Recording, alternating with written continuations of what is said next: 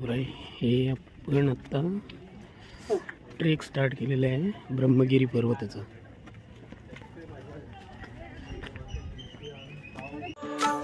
शिव जी तेरी छवि निराली लाए हैं पूजा की थाली. शिव जी तेरी छवि निराली लाए हैं पूजा की थाली. इस थाली में चांद सितारे अंबर के दीपक हैं सारे. शोभा बड़ी है निराली. ओम नमः शिवाय.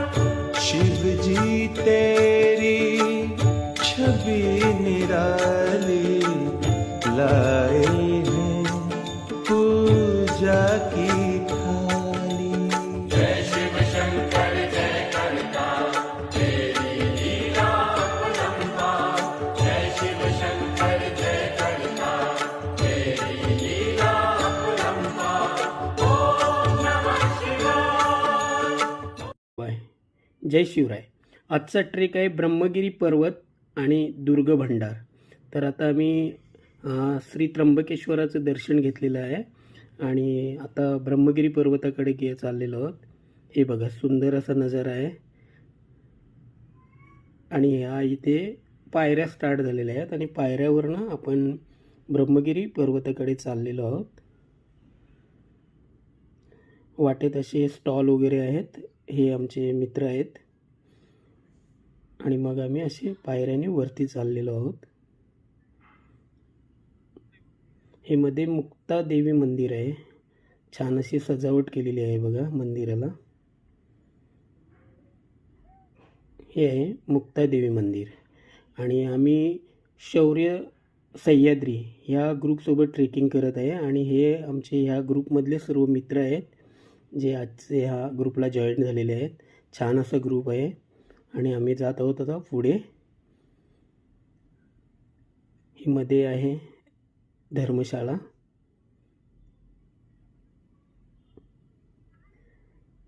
आणि असं पायऱ्याने वर जाताना मध्ये दोन्ही बाजूला असे स्टॉल आहेत जिथे आपल्याला पाणी आणि खायच्या वस्तू मिळतील जेणेकरून कोणत्याही प्रकारचा त्रास होणार नाही.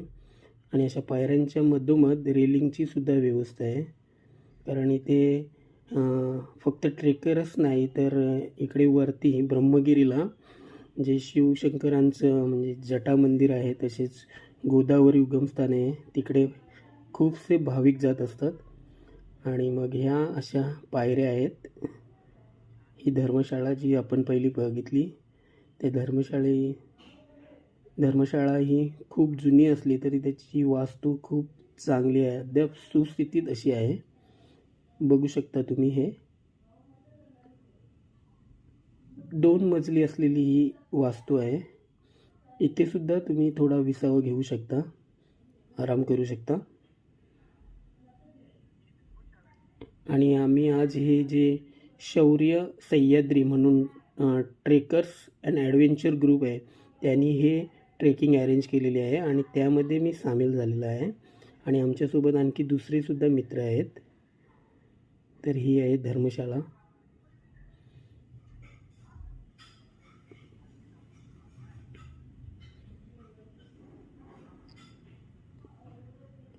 यानंतर आपण पुढे जाणार आहोत ब्रह्मगिरीकडे.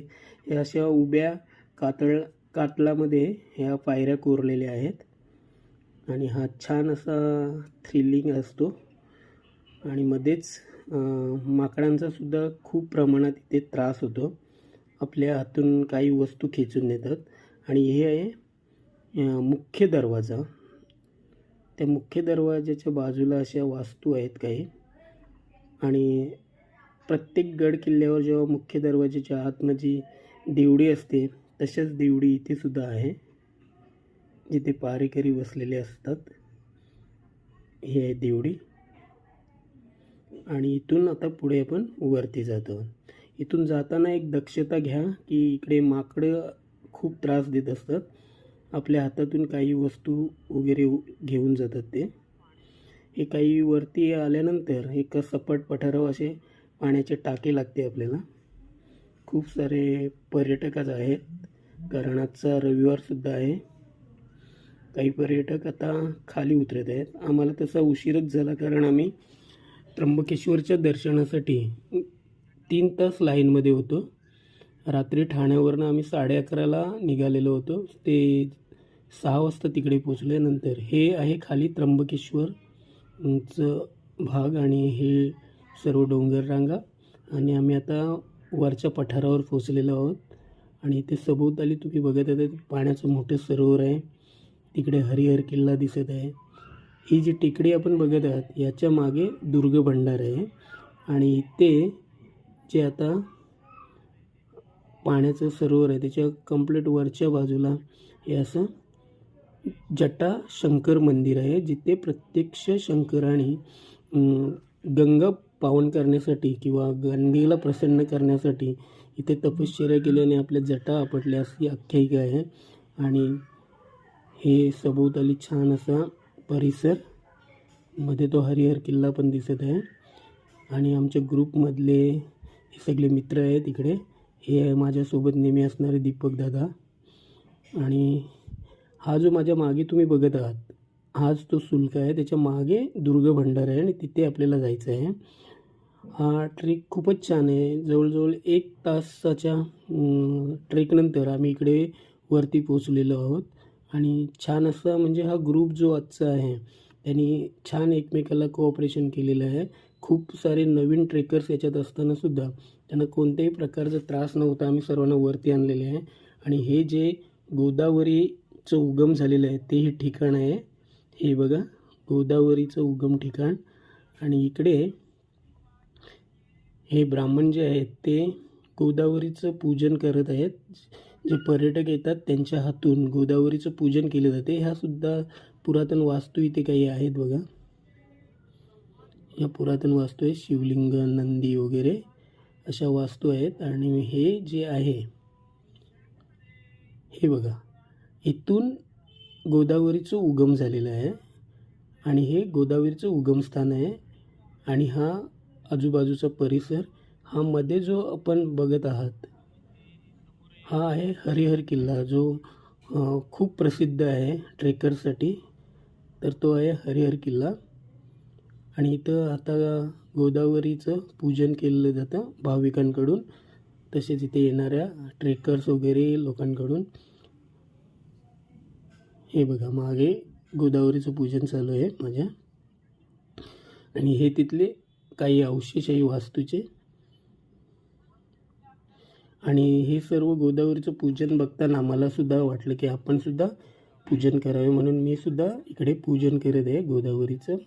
एक गाय दिली जाते आणि त्या गायीवर मग आपण पाणी वगैरे शिंपडला जातो आणि मग हे ब्राह्मण मंत्रोपचार करतात आणि त्यातून गंगेचं पूजन केलं जाते. हे बघा हे असं पूजन आहे. आणि हे पूजन करताना छान वाटलं, म्हणजे जरा काही वेगळा अनुभव घेता आला. आणि नंतर ही गोदावरी जिथे उगम पावली तिथून हे पुढे इकडे येते गोदावरी मंदिराच्या कडे पाणी. हे एका या तलावात येते, पण त्या तलावाच्या पूर्वी ते गोदावरी मंदिराच्या इथून एका गाय मुखातून ते बाहेर पडत असते आणि या तलावातून नंतर ते बाहेर गोदावरीकडे जात असते. हे आहे गोदावरी मंदिर.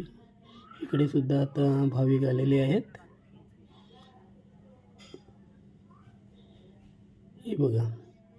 आणि हे आहे गोदावरी मंदिर. आणि ह्या गोदावरीचं जे उगम आहे तिथून हे पाणी इकडे येत असते आणि या गायमुखातून ते सतत वाहत असते आणि ते पुढे गोदावरीकडे जात असते.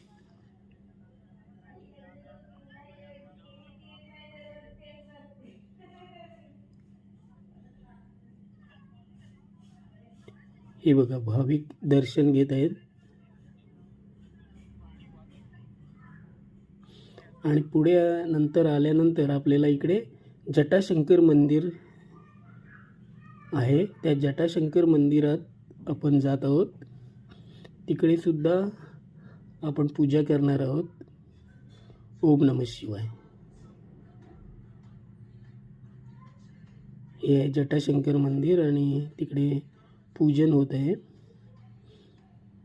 आणि पूजन करण्याचं भाग्य मला मिळालं. ओम नमः शिवाय. आणि आता हे पूजन झाल्यानंतर आपण इथलं दर्शन झाल्यानंतर आपण पुढे जाणार आहोत ते दुर्ग भंडारगडे. हे आमचे साथीदार इकडे बसलेले आहेत, दमलेले आहेत आणि पाण्याचं टाकं आहे इथे बसलेले आहेत. हे बघा, हे नंतर हे दिसत जे आहे ते दुर्ग भंडार आहे. ह्याच्या वरती आपल्याला जायचं आहे. ते जात असताना इकडे ब्रह्मगिरीच्या कडे आपण आता आहोत आणि तसंच प्रकारचा कडा इकडे आहे आणि त्या कड्याला आपण आतून जाणार आहोत आणि वरती तिकडे बाहेर निघणार आहोत. हे आहे दुर्ग भंडार. हा थरार आपल्याला घ्यायचा आहे आणि दुर्ग भंडार आणि ब्रह्मगिरी यामध्ये हा जोडणारा जो नैसर्गिक पूल आहे तो आपण बघत आहात. तो एक साधारण 4 ते 5 फुटाचा रुंद असा आणि जवळजवळ 250 फूट लांब असा तो आहे. हे बघा, हे एका उभ्या कातलात कोरलेलं पायऱ्या आहेत आणि हे मारुतीराया इथं सुरुवातीलाच आपल्याला दर्शन देत आहेत. आणि इथून आपण असे खाली जाणार आहोत पूर्ण तो डोंगराचा कडा उतरून आणि त्याला ह्या उभ्या कातळात अशा पायऱ्या खोदलेल्या आहेत. खूप थरार अनुभव आहे हा. तुम्ही नक्की जर तुम्हाला आवड असेल तर हा दुर्ग भंडार हे आवश्यक तुम्ही करा. खूप तुम्हाला आनंद वाटेल. असा छान सह्याद्रीला चिरून ह्या पायऱ्या बनवलेल्या आहेत. ज्यांनी हे केलं त्यांचं कौतुक करावं तेवढं थोडंच आहे. हे असे आपण खाली जात आहोत. खाली गेल्यानंतर एक छोटा दरवाजा आहे. त्या दरवाज्यातून आपण बाहेर पडतो आणि ते बाहेर पडल्यानंतर आपणाला एक दोघांमध्ये जोडणारा दगडी पूल लागेल. त्या पुलावरनं आपण जायचं आहे. हे बघा, असं खाली आपण जात आहोत.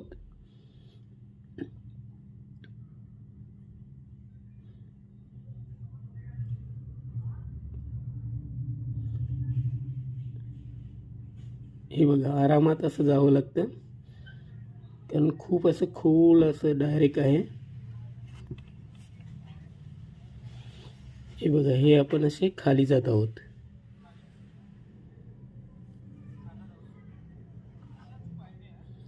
एवढ्या साऱ्या पायऱ्या उतरून आपण खाली आल्यानंतर एक छोटा दरवाजा आहे. त्या दरवाज्यातून आपण बाहेर पडत आहोत. हा एक छोटा दरवाजा आहे. आपल्याला तिथून वाकून खाली बाहेर पडावं लागेल.